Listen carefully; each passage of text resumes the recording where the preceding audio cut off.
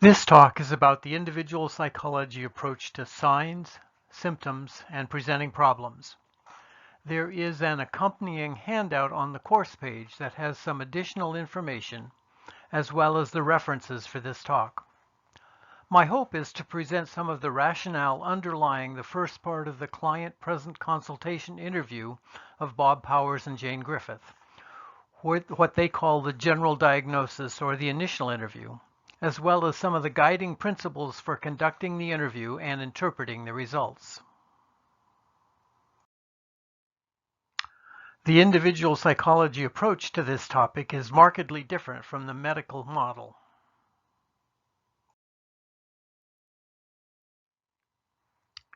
In the medical model, signs are observable phenomena, things you can see or hear or possibly smell when you're with your client. Signs can be identified by anyone, but your training and expertise are essential in understanding their significance. Symptoms, on the other hand, are the subjective experience reported to you by your client. You cannot see, hear, or smell them.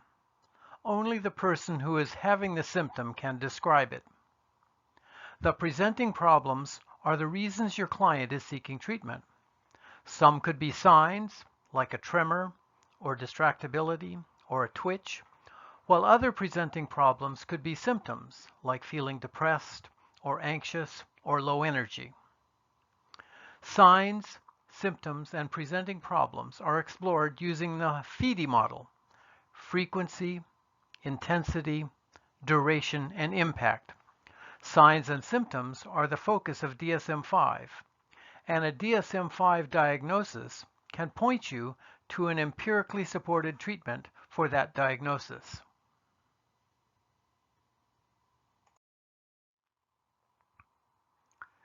Individual psychology looks at signs, symptoms, and presenting problems in a different way.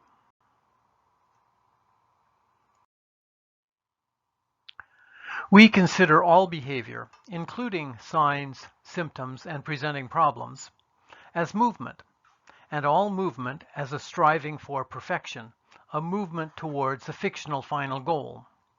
Some people develop lines of movement that function as safeguards or excuses, protecting them from an anticipated failure or a blow to their self-esteem. Shulman and Mozak propose 8 common safeguarding strategies: safety, hero martyr saint, attention service love, power, revenge, face saving, excitement, and proof. We go on further and assert that this perceived threat or anticipated failure is related to the demands that life places on us, to what Adler calls the tasks of life. Adler proposed 3 tasks of life: communal life, work, and love. Communal life includes our friendships and relationship with the community at large.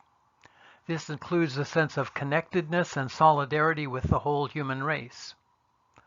The work task entails the choice of an occupation and satisfaction with the job. Love includes the development and maintenance of intimacy, as well as the gender guiding lines. Dreikurs and Mozak proposed 2 additional life tasks, although there are some individual psychology practitioners who disagree. Powers and Griffith devote a considerable amount of time in their first interview to an exploration of the 3 life tasks.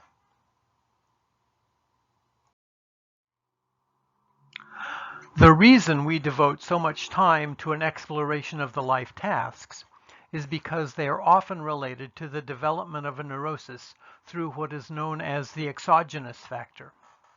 The inability to solve one or more of these tasks, or the sudden appearance of an aspect of a task that the person feels incapable of meeting, is often associated with the onset of symptoms. As we are exploring a person's development, we are listening for instances of inadequate preparation for the task or tasks that they are confronted with at the time of the onset of the symptoms. In their semi-structured interview, Powers and Griffith focus on the current life situation, the presenting problem, and the life tasks, what they call the general diagnosis. The purpose here is not simply the collection of information about the client. While collecting this information, the individual psychology practitioner is listening for lines of movement and the purposes or goal that is directing that movement. We are especially focused on the life situation of the client when symptoms first arise and when symptoms emerge or intensify over their lifespan.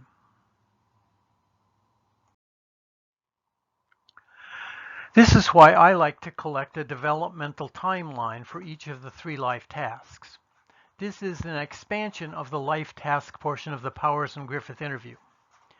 Usually, I start with a timeline of life stressors and changes, such as moves, job changes, marriages, divorces, etc., writing down the events across the page. Next, I focus on the work task, inquiring about who worked in their family of origin, then their first job, and then their work history, using the stressors timeline to coordinate time. I follow a similar process for the love task and then for the community task.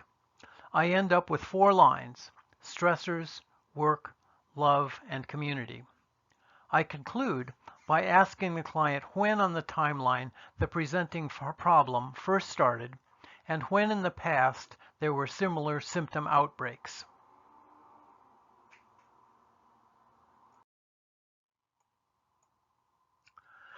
Another powerful tool for understanding symptoms in individual psychology way is what has come to be known as the question. It is item 29 in the first part of the Powers and Griffith interview. The answer to this question often reveals the life task or challenge that the symptom is being used to avoid or safeguard from, and can be used to hypothesize the purpose of the symptom. I encourage you to write it down as close to verbatim as possible when you are doing your interviews.